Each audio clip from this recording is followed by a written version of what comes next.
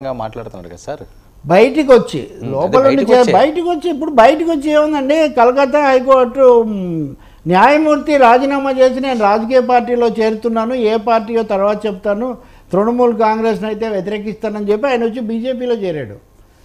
Calcutta high court న్యాయమూర్తి, please underline, please note this point, అక్కడ judge గారే ఆయన ధర్మాసనంలో తన బెంచ్లో కూర్చొని నేను రాజీనామా చేస్తున్నాను మమతా బెనర్జీ వీటికి వ్యతిరేకంగా నేను ఏ పార్టీలో చేరే తర్వాత చెప్తానని ఆయన వచ్చి బీజేపీలో చేరాడు. ఆయన అభ్యర్థి సార్. హైకోర్టు న్యాయమూర్తి వచ్చి సీట్లో ఉన్నప్పుడు చెప్పి మరి ఒక కేంద్రాన్ని పాలిస్తున్న దేశాన్ని పాలిస్తున్న పార్టీ అభ్యర్థి అయితే లేనిది ఈ చిన్న 4,000 5,000 తెచ్చుకుంటున్న వాలంటీర్లకు మనం ఏమి నీతి సూత్రాలు చెప్తాము లేదా ఏమి రాజ్యాంగ ధర్మాలు చెప్తాం మీరు చెప్పండి.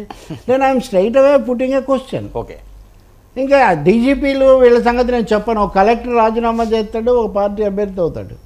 అవును, ఓ పోలీస్ ఐపీఎస్ రాజీనామా చేస్తాడు, ఓ పార్టీ. రాజ్యాంగం వాటిని ఏమి కాదంటలేదే. అవును, వీళ్ళు ఏమంటారు, మీరు రేపు మమ్మల్ని తీసేస్తారేమో, మీరు మా మీద ఇంత వ్యతిరేక ప్రచారం చేశారు, మేము వాళ్ళ ఇదన్నారు. ఇక్కడ వైసీపీని వాలంటీర్లను తేడా చూడలేకపోవటం ఒక చిన్న తేడాని వాళ్ళు చేసి ఉండొచ్చు. వాళ్ళు అనేక ప్రచారాలు తప్పులు చేసి ఉండొచ్చు. ఒత్తిడి వల్ల చేశారా, పొట్టకూటికి భయపడి చేశారా, వేరే విషయం. బట్ ద డిఫరెన్స్ ఇది రిజర్వ్ ఆర్మీ లాగా ఉంది ఇప్పుడు వాలంటీర్స్ అనేది.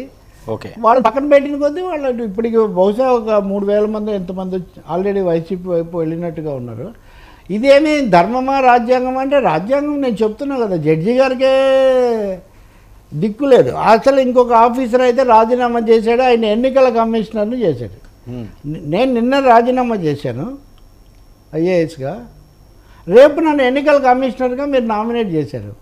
ఇంక ఈ దేశంలో ఎన్నికల వ్యవస్థ గురించి వీళ్ళ గురించి మనం ఈ పాపం బడుగు జీవులు వాళ్ళు ఏదో పల్లెలో ఆ ఇంటికి 50 ఇళ్ళకి తిరగడం తప్ప వాళ్ళు చేసింది ఏముందండి. వాళ్ళను ఏదో పిచ్చుక మీద బ్రహ్మాస్త్రం వేసినట్టు వాళ్ళను టార్గెట్గా ఈ రెండు పార్టీలు కీచులాడుకున్న ఫలితం ఇప్పుడు ఇది ఇలా వచ్చిందంట. బట్ అప్పటికీ చెప్పారు ఎన్నికల సంఘం బ్యాలెన్స్ చేసి ఉండొచ్చు. ఎన్నికల సంఘం ఇప్పటికీ నిర్ణయం మిగిలే ఉంది, ఏ క్షణాన్ని తీసేయచ్చు వాళ్ళు. అవును, మరి మీరు తీసేసాక మమ్మల్ని ఎవరు తీసుకుంటాడో, ఇప్పుడు మమ్మల్ని నాకు అక్కడ కొంచెం అవకాశం అన్నా ఉంది, నేను పోతాను. వాళ్ళ ఫోన్లు అయితే స్వాధీనం చేసుకున్నారు కదా, వాళ్ళ దగ్గర ఇప్పుడు అఫీషియల్గా నెట్వర్క్ లేదు. అంటే ఈ ధర్మం అంటే చట్టం ఎప్పుడు చాలా రాజ్యాంగబద్ధంగా అవి కొంచెం నిష్కర్షగా ఉంటాయి వర్మ. మామూలుగా మాట్లాడుకునే దానికి ఇంకో దానికి. సార్ మరొక ఈరోజు నేను ఇంకోటి కూడా చెప్తున్నా, ఇట్లాగ ఇన్ని మాట్లాడాం కాబట్టి meetha supreme court chief justice Chandrachud నిన్న ఆయన సిబిఐ డే నిన్న దాంట్లో మాట్లాడారు. ఇప్పుడు సిబిఐ అంటే మన వాళ్ళందరికీ చాలా తెలుగు వాళ్ళకి చాలా ఎప్పటి నుంచో ఉంది కదా. ఆయన ఏమన్నారంటే మీరు చిన్న చిన్న కేసులు, వ్యక్తిగతమైన కేసులు, వీటిలో మునిగి తేలుతూ పెద్ద వ్యవహారాలు, దేశ భద్రతకు రక్షణకు సంబంధించినవి, భారీ ఆర్థిక విషయాలు, వీటి నుంచి మీరు కొంచెం దృష్టి మరలుతూ ఉంది మీది. ప్రీమియర్ ఇన్వెస్టిగేషన్ ఏజెన్సీ, ప్రధాన దర్యాప్తు సంస్థ కేంద్రీకరించాల్సింది పెద్ద విషయాల్లో. మీరు ఈ రోజువారీ చిన్న చిన్న వాటిలో కుదించుకుపోతున్నారు, దీని నుంచి బయటికి రావాల్సిన అవసరం ఉంది అని ప్రధాన న్యాయమూర్తి చెప్పాడు. ఈ సమయంలో ఇది ఎవరికి వర్తిస్తుంది మీరు చెప్పండి. అంటే మోదీ ప్రభుత్వ హయాంలో వీళ్ళందరూ అక్కడ కేసు ₹1 కోటి గురించి కూడా సిబిఐ వస్తుంది. అంటే దేశ భద్రత పెద్ద పెద్ద విషయాలు 1,000 కోట్లు గల్లంత అయిపోయాయి.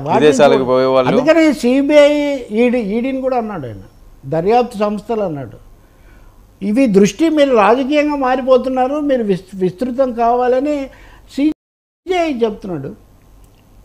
కాబట్టి దేశంలో పరిస్థితుల్లో ఈ సందేహాలు కూడా పెరుగుతున్న ఒక చాలా ఆందోళనకరం. మొదటిసారిగా భారతదేశంలో మీరు వాలంటీర్ల గురించి మాట్లాడుతున్నారు.